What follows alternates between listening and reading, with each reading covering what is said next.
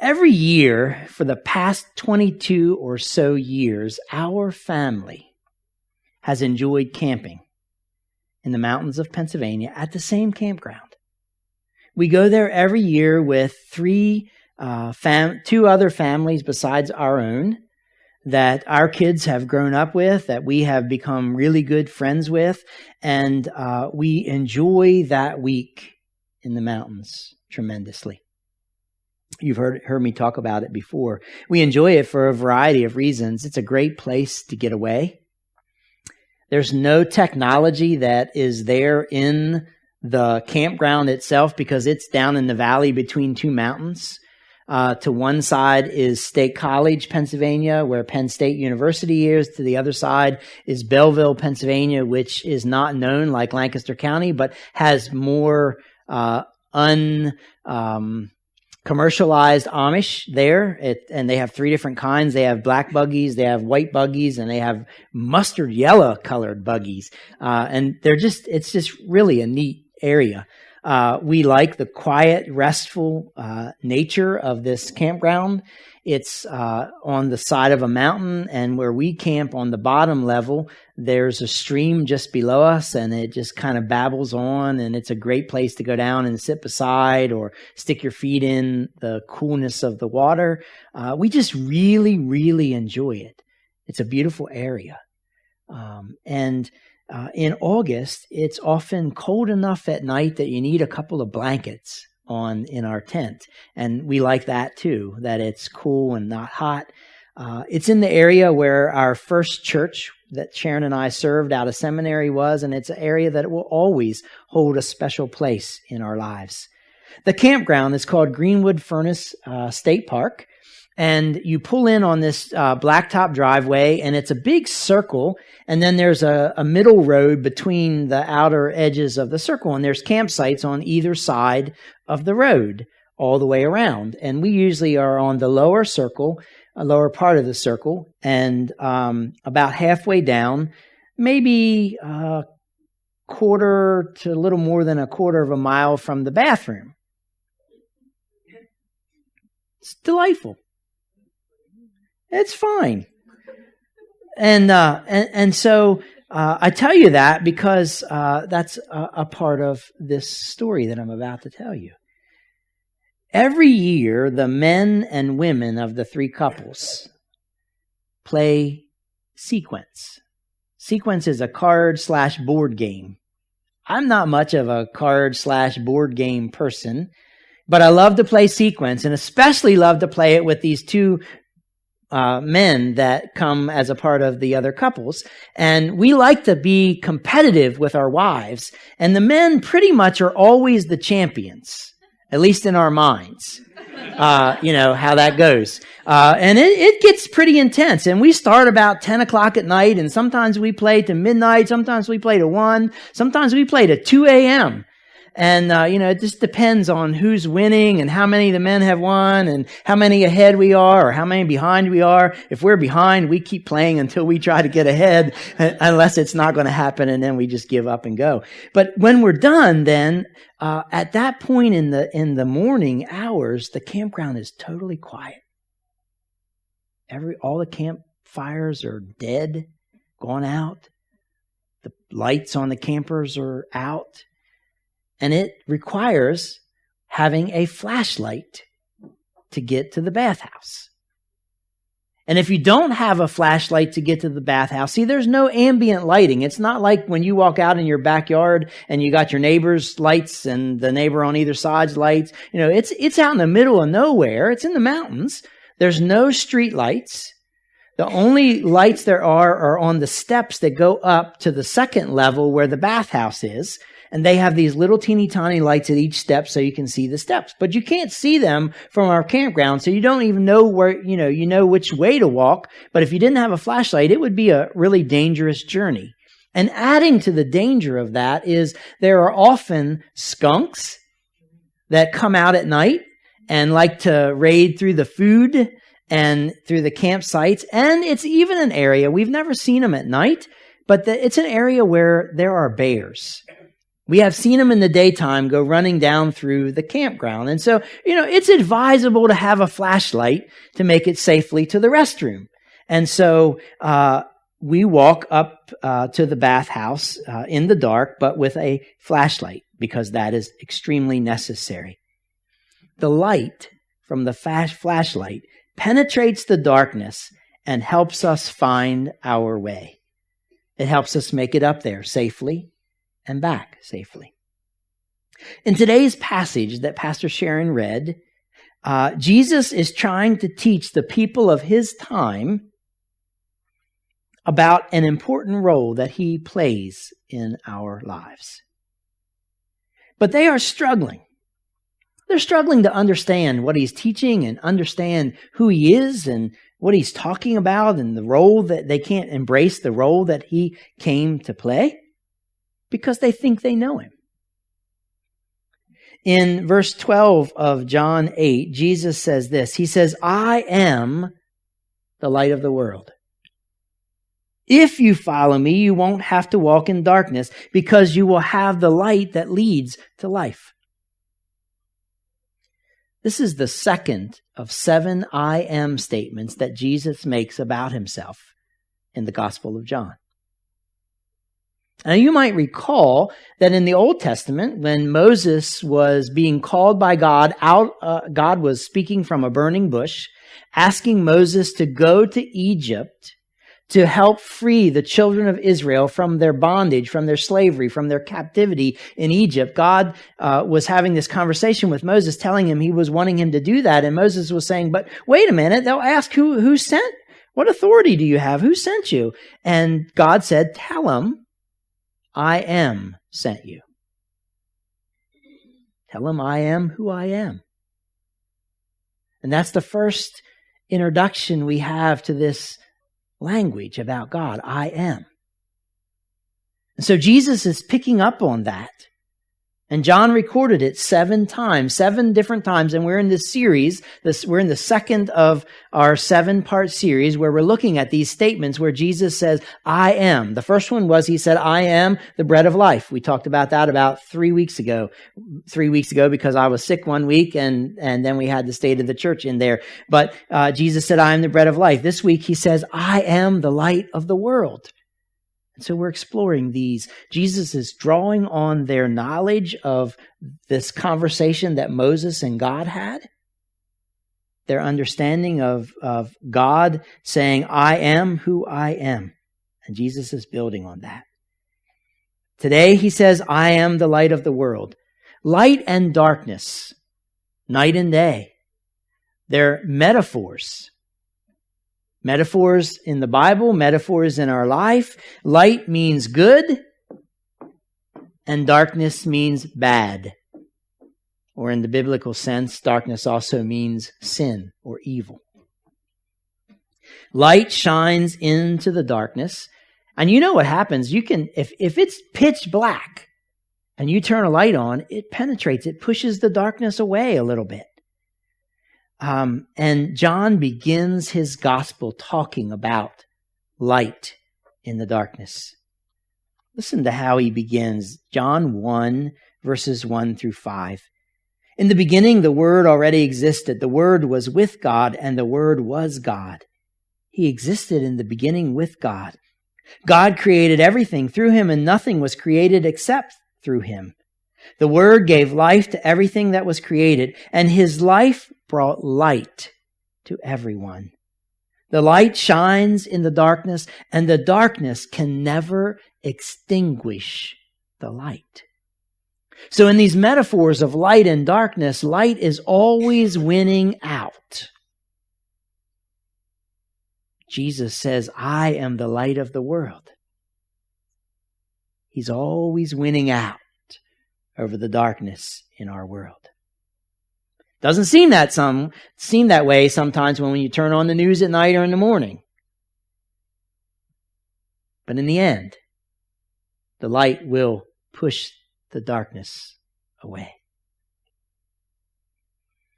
So when Jesus says he is the light of the world, if you follow me, you won't have to walk in darkness because you will have the light that leads to life. He is saying that light exposes bad or sin or evil in our lives and in our world. When we allow the light of Jesus to shine into our lives, he exposes those places in our life where good does not exist.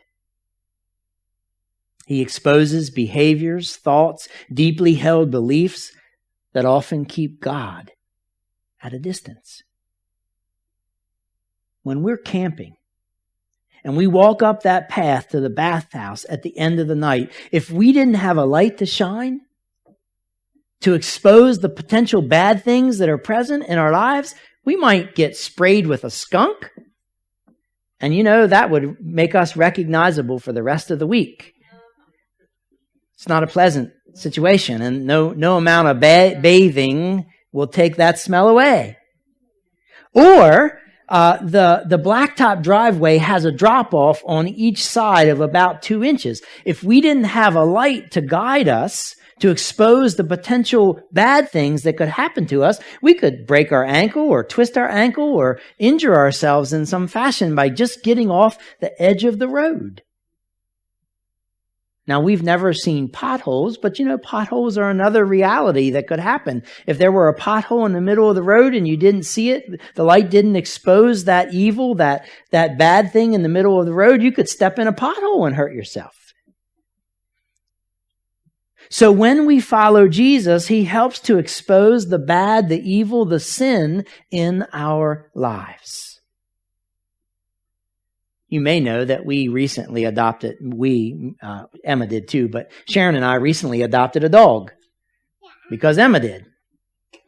Because Emma did, and I liked having a dog around, and I thought, I really miss having a dog. And so I talked Sharon into adopting this dog. And when you get a dog from the shelter, you have no clue what its background is. You have no clue how well it's trained. And they require that the dog be an inside dog. Previously, I've only had outside dogs. They lived in a kennel, outside in a protected area, in a house that I took care of and kept straw. And when it got really, really cold, we brought them in an inside crate. But I never had one in my house. And so, when you go to train a dog to be house trained, I did some reading, and they said that the best thing to do is to have one spot that you take it to all the time, because they're creatures that like to smell. And when they smell urine or feces, that's what teaches them that that's where they should go.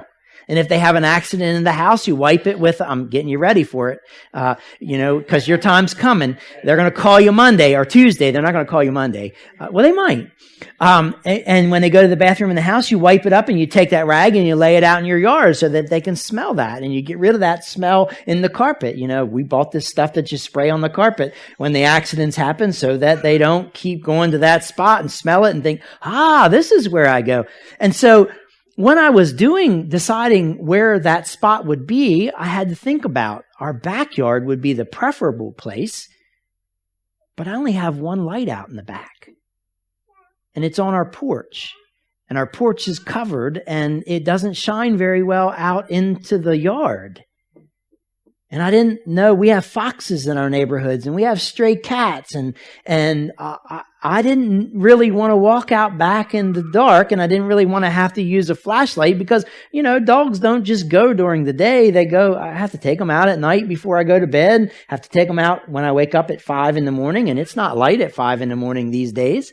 And so, I thought, okay, well, where's a lot of light? There's a lot of light in the front yard because we have 2 lights beside our front door, and we have 2 lights beside our garage doors. And so we went out into the front because that's where the light was that would help us avoid the potential evil or bad things that you could step in. Even though I try to pick up, it can happen, and nobody wants to track that stuff in the house. And so we chose the front yard as that location. You see, brothers and sisters, Jesus meets us where we are. But he doesn't leave us where we are. He wants to see us grow and be transformed, so he shines his light into our lives so that we can walk away from those bad, dark, or evil, or sinful things in our lives. So we can be transformed. And those evil things in our lives must be exposed before we can grow. And before we can experience life transformation. So that's the first role that Jesus, as the light of the world, plays in our lives. He exposes the bad, the evil, the sin in our lives. Not in a judgmental way, but in a way that we can recognize, hey, this isn't good for me to live this way. And we can change it. And he helps us. Jesus plays an important role in our lives as the light of the world, who exposes the sin, the bad, the evil, the darkness in our lives. That's a role that Jesus plays. It's not a role that I play in your life or you play in my life. It's not a role that we play in each other's lives. Because all of us have evil, sin, darkness, bad things in our lives. Jesus said, I am the light of the world. If you follow me, you won't walk in darkness because you will have the light that leads to life. So as the light of the world, Jesus also shows us the way and guides us on the journey of life.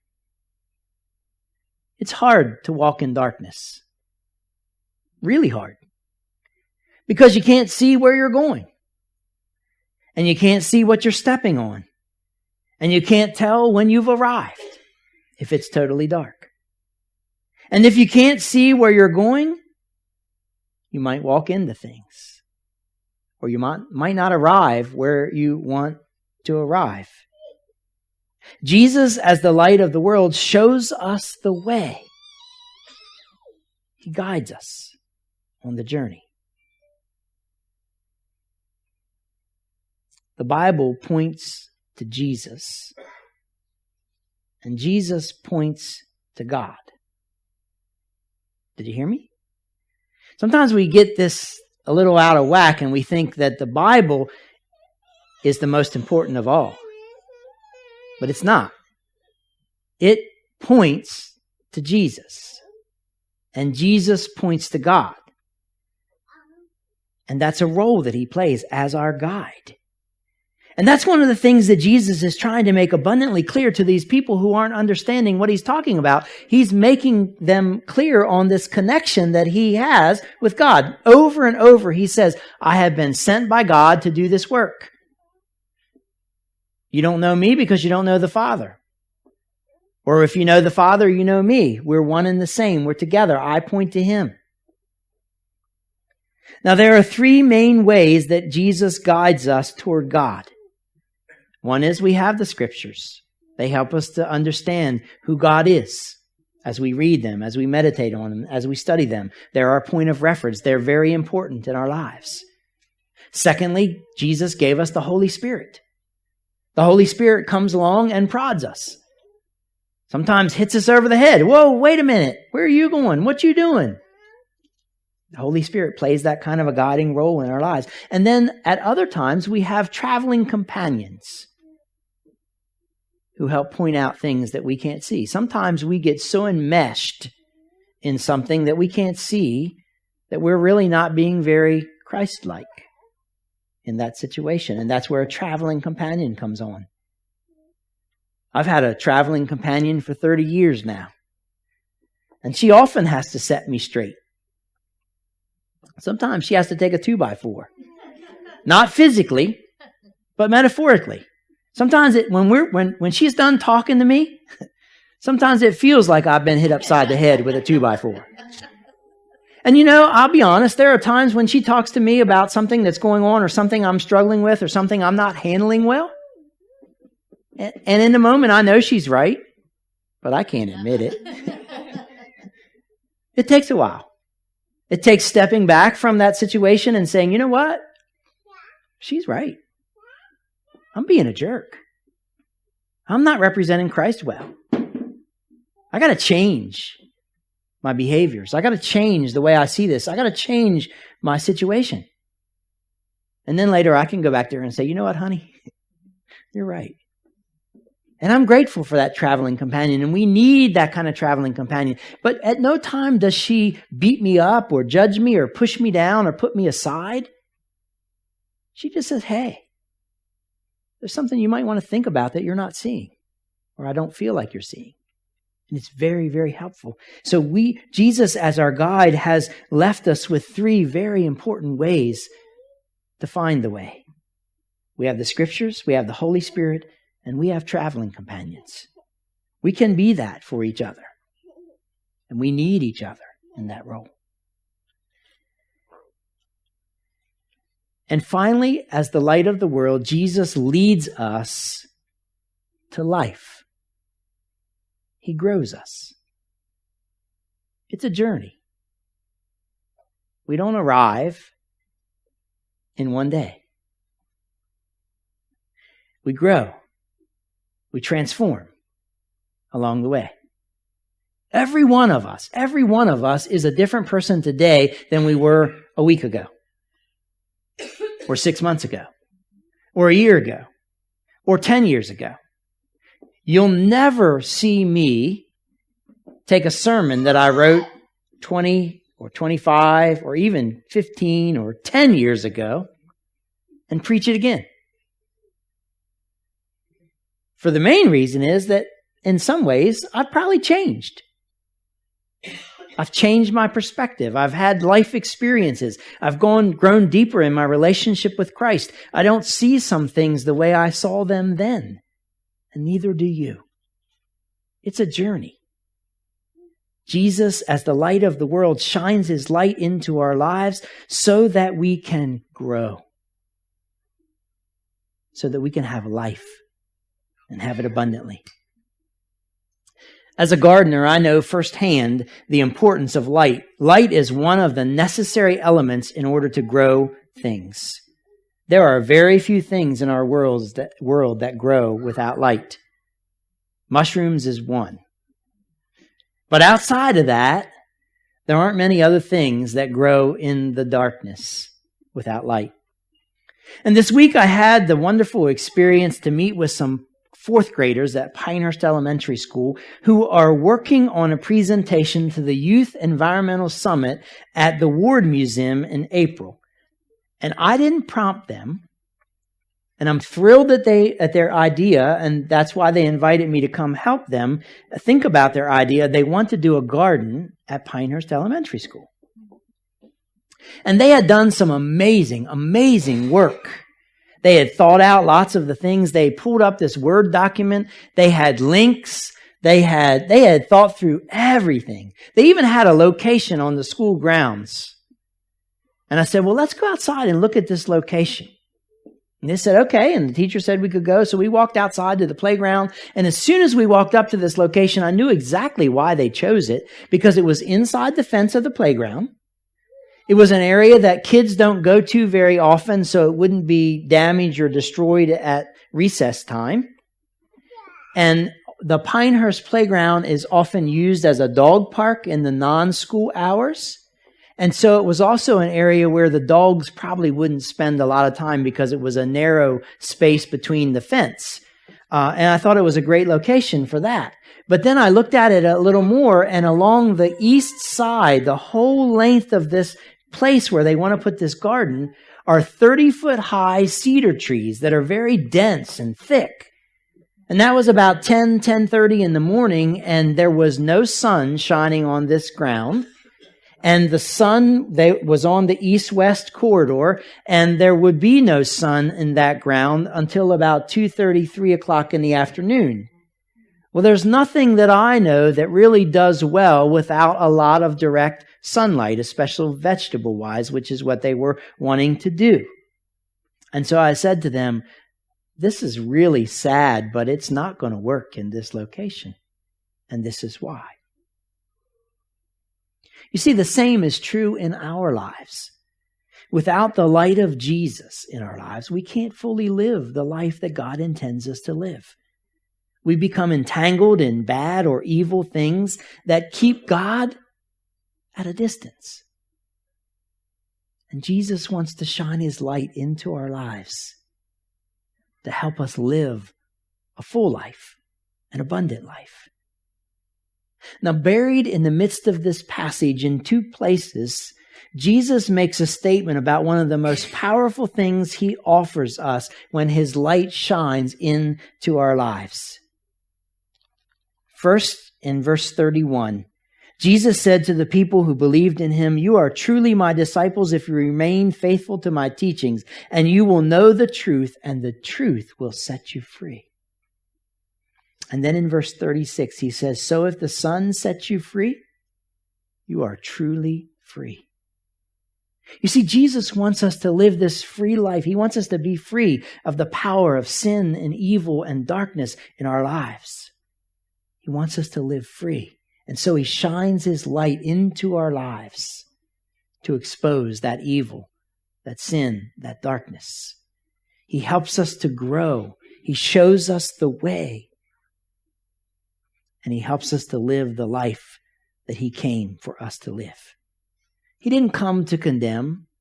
He didn't come to point out, he didn't come to condemn, but he came to point out the things in our lives that rob us of the life he desires for us to live. And when we find that freedom, we're better able to live as children of God. Jesus said, "I am the light of the world. If you follow me, you won't have to walk in the darkness because you will have the light that leads to life." So my question for you this morning, brothers and sisters, is won't you allow the light of Jesus to shine into your life that you might expose the evil, the sin in your life? That you might have a guide on the journey of life? And that you might be set free to experience the abundant life that Jesus wants you to live.